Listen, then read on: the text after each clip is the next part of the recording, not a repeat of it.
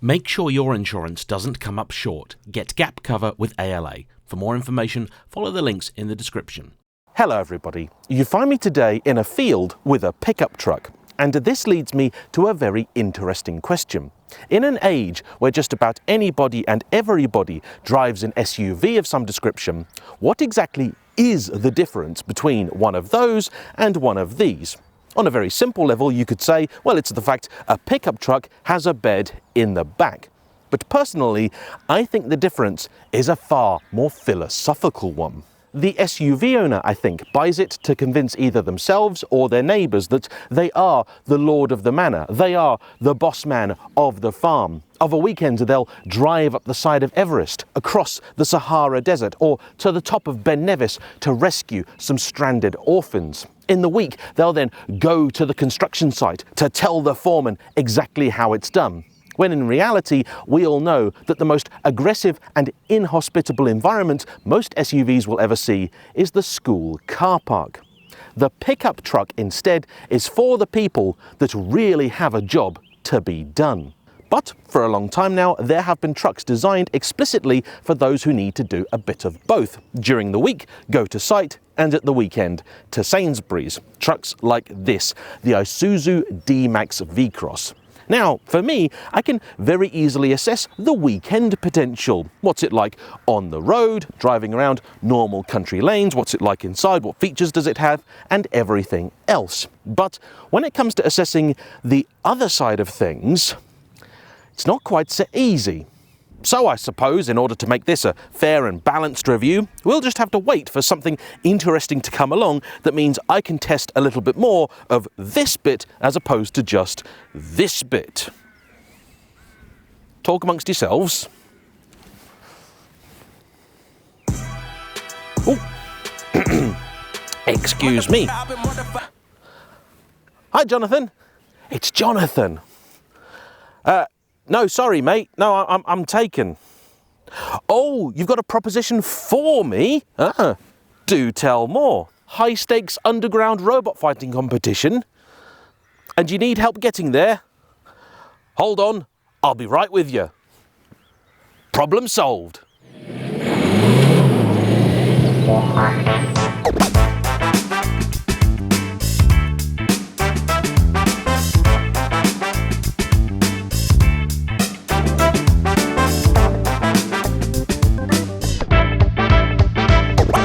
So then, if your idea of a pickup is walking up to somebody and saying, how much does a polar bear weigh? Or, like me, you've been out of the game for a very, very long time, what exactly is the Isuzu D-Max all about? Well, this is the third generation of D-Max, and it's based on the Mazda BT50. The first and second generation were built based on a Chevy Silverado platform. This one actually being assembled in the very same Thai factory as the Mazda.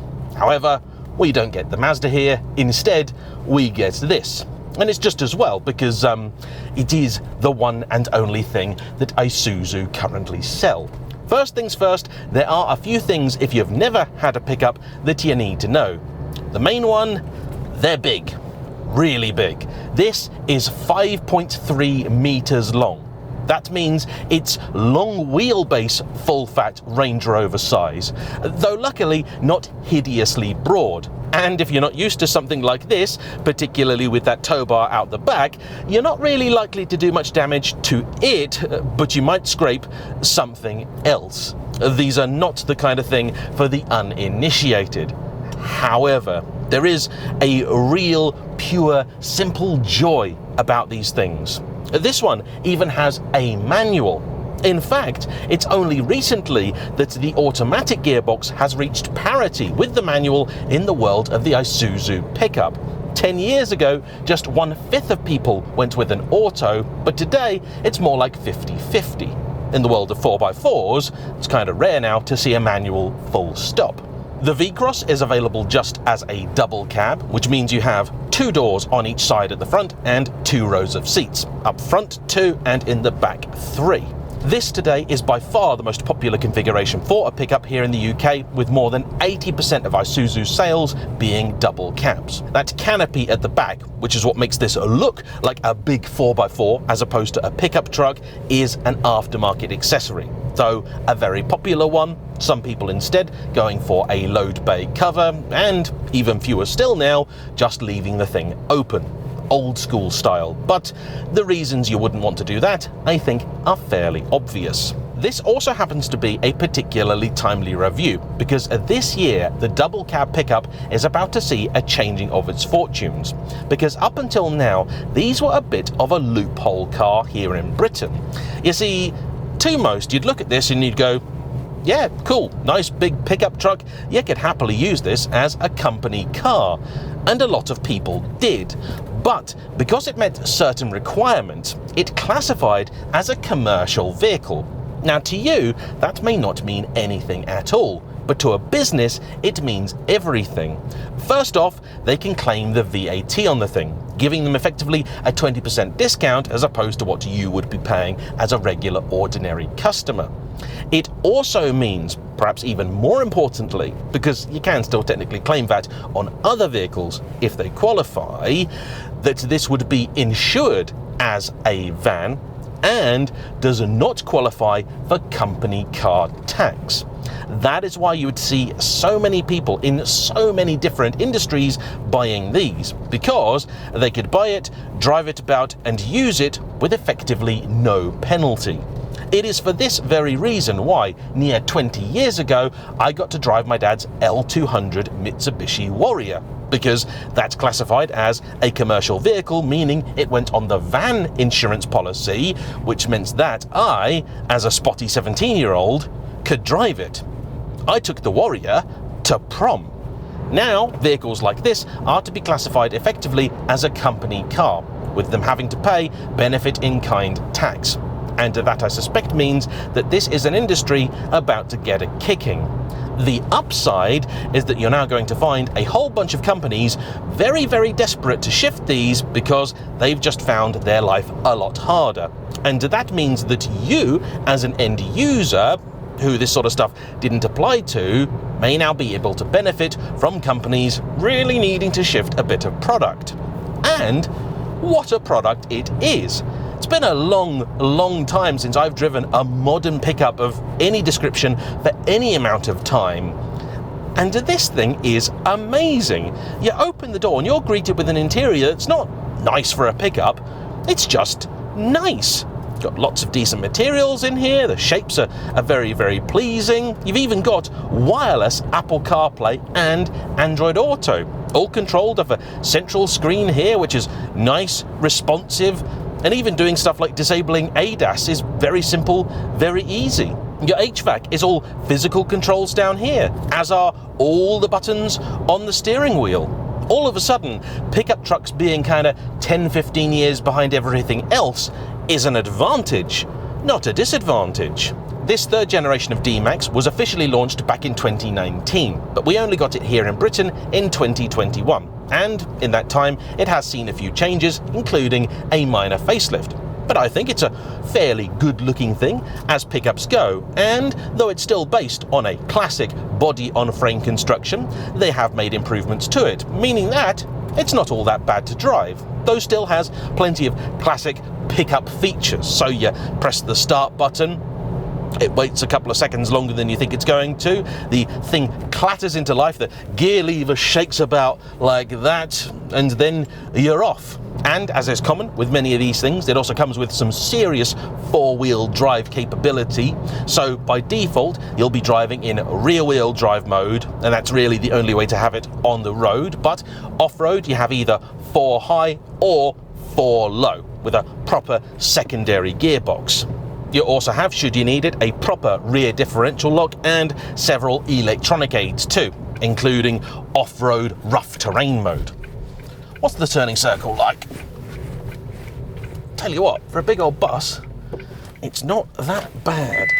This 6-speed manual box is also geared very short indeed, making best use of that 1.9 litre 158 horsepower engine up the front, which also has just 360 Newton meters of torque. That's about 266 pounds-feet. Though, in spite of that, this is still capable of carrying over 1 ton of payload and towing a 3.5 ton braked trailer.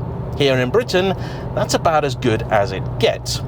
That ability to carry a ton is also very important, because this classifies as a dual-purpose vehicle. And that's not just simply a bit of marketing. Here, that is a legal classification.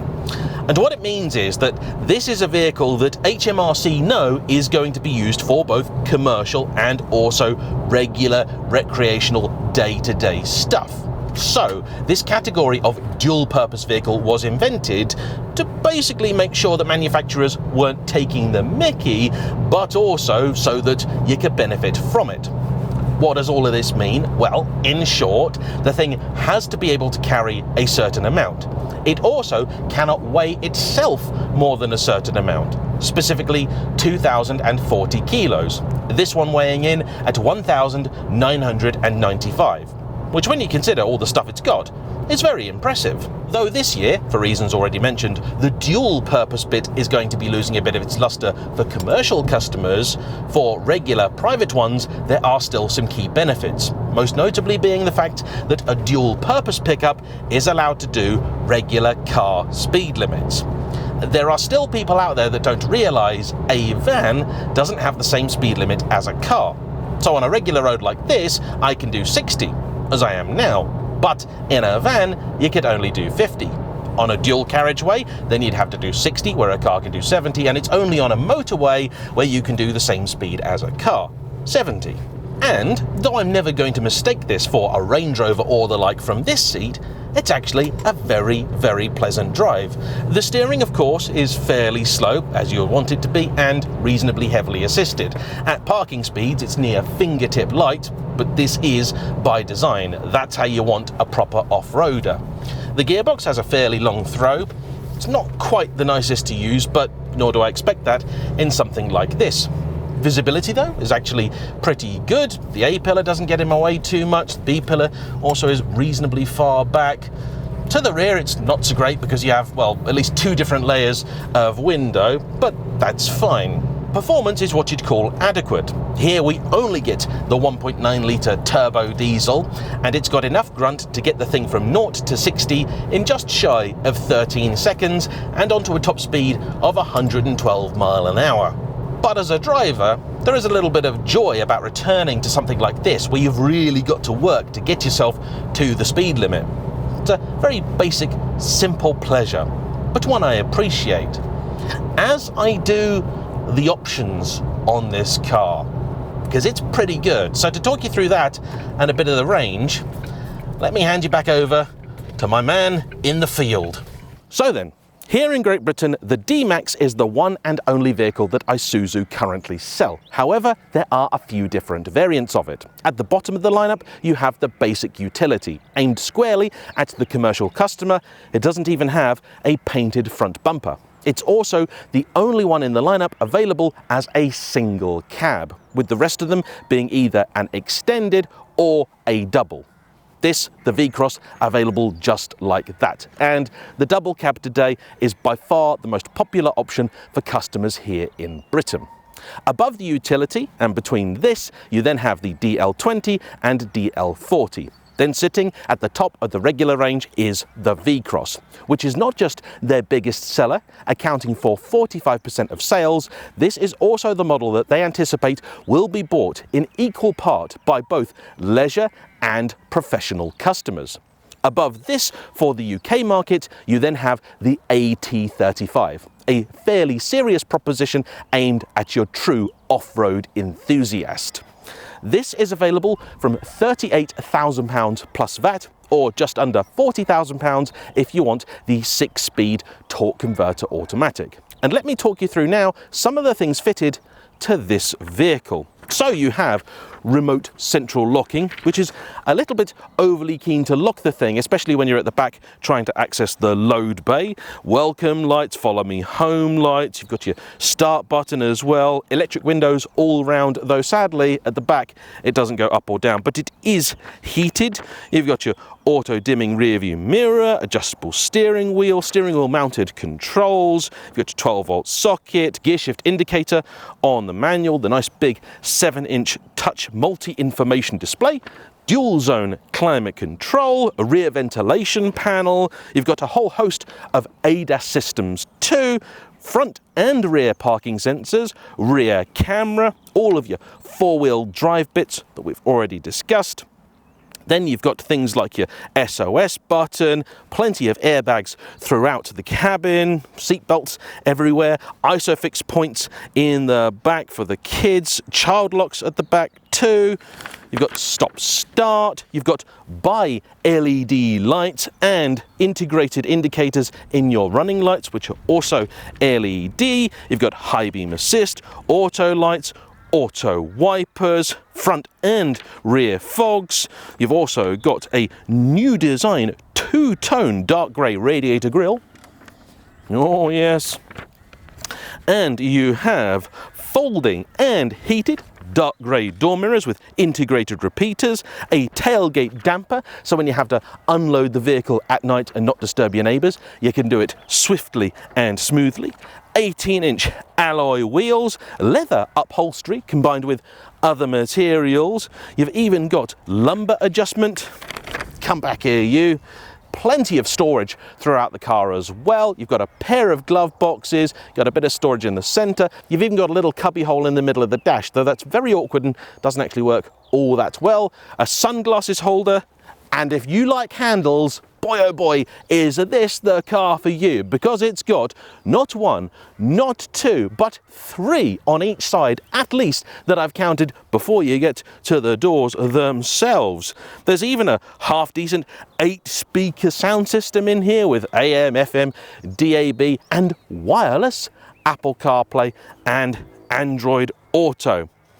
You've also got V-Cross branded carpet mats, leather for your steering wheel, etc, etc, etc. And how much has that added to this car's base £38,000 plus VAT price? Nothing. The only things optional on this vehicle are the paint, which is about 600 quid, and the truckman canopy at the back, which I think is about 2.5 grand. So once you've factored in that and your VAT, what you're looking at here is about a £50,000 truck. That's not bad. This is a far cry from the things that I used to drive when I was younger. In fact, many of these features you still do not get for standard on much more expensive vehicles. My default for value for money used to be a Kia Sportage.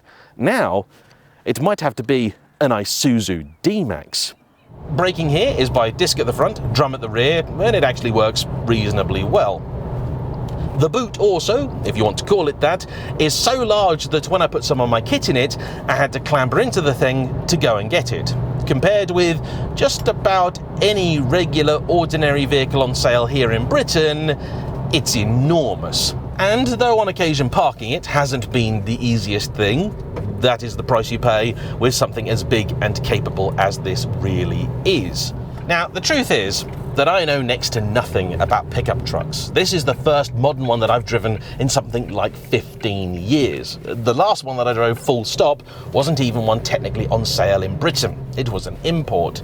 So, if you happen to know a bit more about them, or you use them for your work, maybe you own one of these, please do hop into the comment section and tell me, is it as good a truck as I seem to think that it is, or are there reasons you buy your Ford Ranger instead? Later this year, I hope to be getting my hands on a Toyota Hilux. We are waiting with that one because I believe they're doing a new model for this year, so when it lands, I'll try and get my hands on it. And of course, for petrol heads, I think there is just about nothing out there, if you must have a pickup, that can beat the Holden Maloo that I drove recently.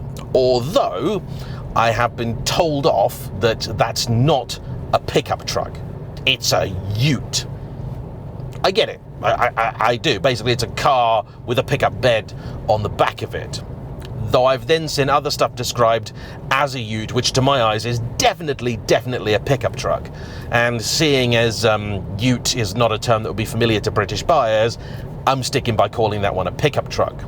Now, in the time that I've had this, I have managed to do a few motorway journeys as well, and it actually performs surprisingly well. Not too noisy in here, the stereo works much better than I thought it was going to, and it'll even do okay fuel economy. I managed to get an average of about 35.5 in the whole time that I've had this, but I saw a peak of about 39, which is not too bad.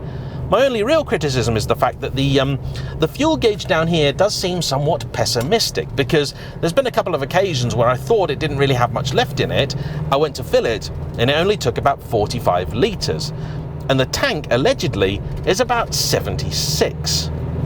As is normal for a pickup, that engine is all about the mid-range. So it's from 1500 to 3 and a bit thousand RPM where it really does its best work. Though the red line is set at 4,500, I don't think I've actually once got there. And with the way the thing's geared, even if you do want to rev it out, you're only just about doing 60 by the time you're going into fourth. I think Porsche Boxster owners might be somewhat jealous of the gearing, less so the performance. Also helping on the motorway is active cruise control, though it doesn't work particularly well, and honestly is an odd system to have in anything that's a manual. Although, slightly disturbingly, changing gear in it doesn't actually override the thing. There was a bit where it was really struggling, so I changed from 6th down to 3rd and then 4th, and when I finally got back up to speed, I lifted off everything and it kept accelerating. Took me a moment to work out what the hell was going on, but yeah, it was just the cruise control carrying on as was. You do get a little bit of that classic body-on-frame shimmy through this thing, but to be perfectly honest, it's actually not that bad. It also, like a lot of these things, does behave a lot better when you've got it fairly fully laden. So with 2 people in it and a fighting robot in the back, the suspension actually works a lot better than with just me and my camera kit. Would I recommend one of these to anybody thinking of buying a Range Rover? Not really. But if you were thinking of buying yourself an old Defender or the like, I think these are a much more usable thing. Okay, the Defender is an icon, get it. The Isuzu D-Max, unlikely ever to achieve that status. But it's incredibly usable. And much nicer to live with on a day-to-day basis. That really is all I have to say on the lovely Isuzu D-Max. It's been a surprisingly pleasant experience. Oh, and you're probably wondering how the robot fighting went, aren't you? Well, I shall leave you with a little montage of that, and if you want to know more about it, I'll leave some links in the description.